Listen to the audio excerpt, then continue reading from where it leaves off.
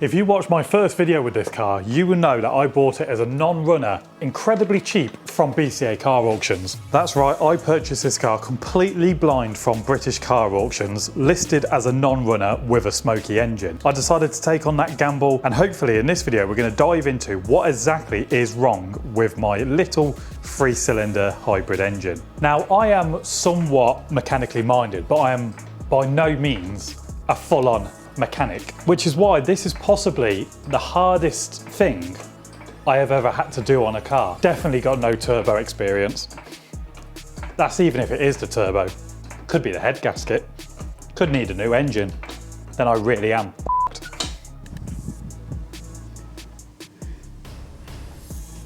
I hate jacking cars up like this. I wish all manufacturers would just do what Audi had done on my Audi R8. They put a single jacking point in the middle so you could jack the whole side up in one, place an axle stand there, place an axle stand there, job done. Instead, I've got this sketchiness going on.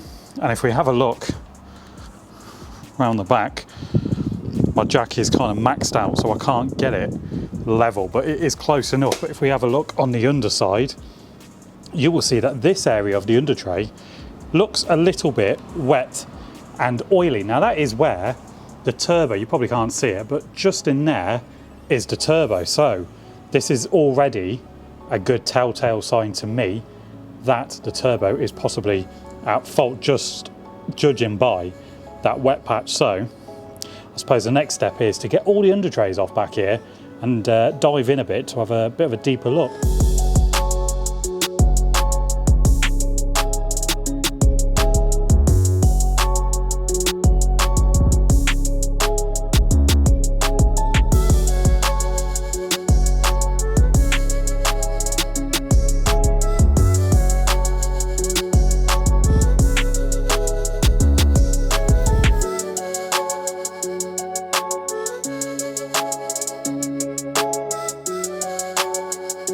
Check out this absolute faff I've had with the undertray. No joke, I've been under there for around 2 hours. There is a ridiculous amount of bolts, and then the final bolt, there's always one.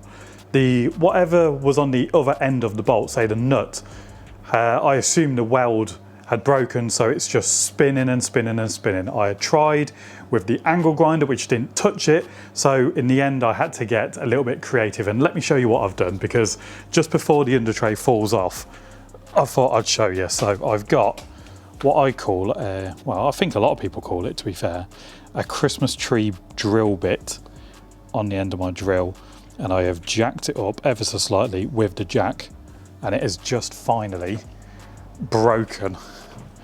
And now the undertray is ready to come out. As you can see, it looks very wet, especially here on one of the drive shafts, directly below the turbo. Now to me, that says the turbo's blown. However, I don't know. I'm looking at this and I have no idea how on earth I'm going to be able to do this myself. It's probably one of those things I shouldn't attempt. So I really don't know what to do. Yes, I can see it, but those manifold bolts all the way up there. Oh man, I have literally no clue how I'd even begin to get to them. Maybe have to drop the exhaust. Christ, God knows.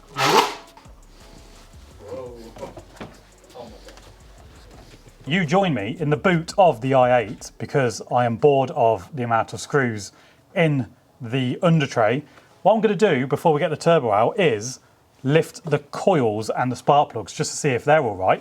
Meanwhile, Ben 2 is underneath attempting to remove the exhaust purely because I can't be bothered to do it. So I kind of outsource my work to others. So that's the plan for today. Get these out and hopefully the spark plugs will be okay. Hey Siri, what do you do if you round a spark plug? What did it say? Trick to remove rounded spark plug in deep hole. Send it back to BCA where it belongs. Had to replace spark plugs in BMW i8. 25-minute long video. So it turns out I can't get the spark plugs out because I need a 12.14 thin wall socket, and we're trying to get it off with a regular socket. Brilliant. Should we get the exhaust off? Oh no, your ankle! They're so scratched I can't see. Whoa! I've done it! Ah! Oh, Just pull that then. yes, yes. We're out. Jack, it's on the jack. Hooray! Look at that. Right, rest it on there, Connor. And then both you just pick it up. Oh, the cat's come off with it. The cat hasn't. How did you undo the cat? Stand up. The cat's still under there. Oh, there's my GoPro time. Yeah, I know. I had this pipe, didn't I? Oh, it's so little. Pull it out.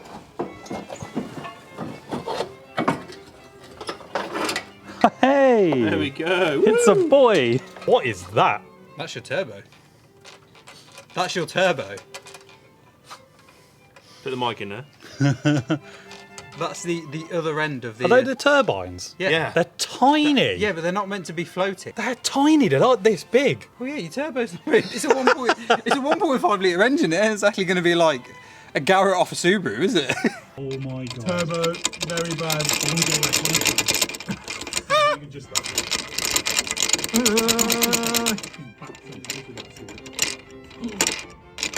Oh my god. I think I found the issue.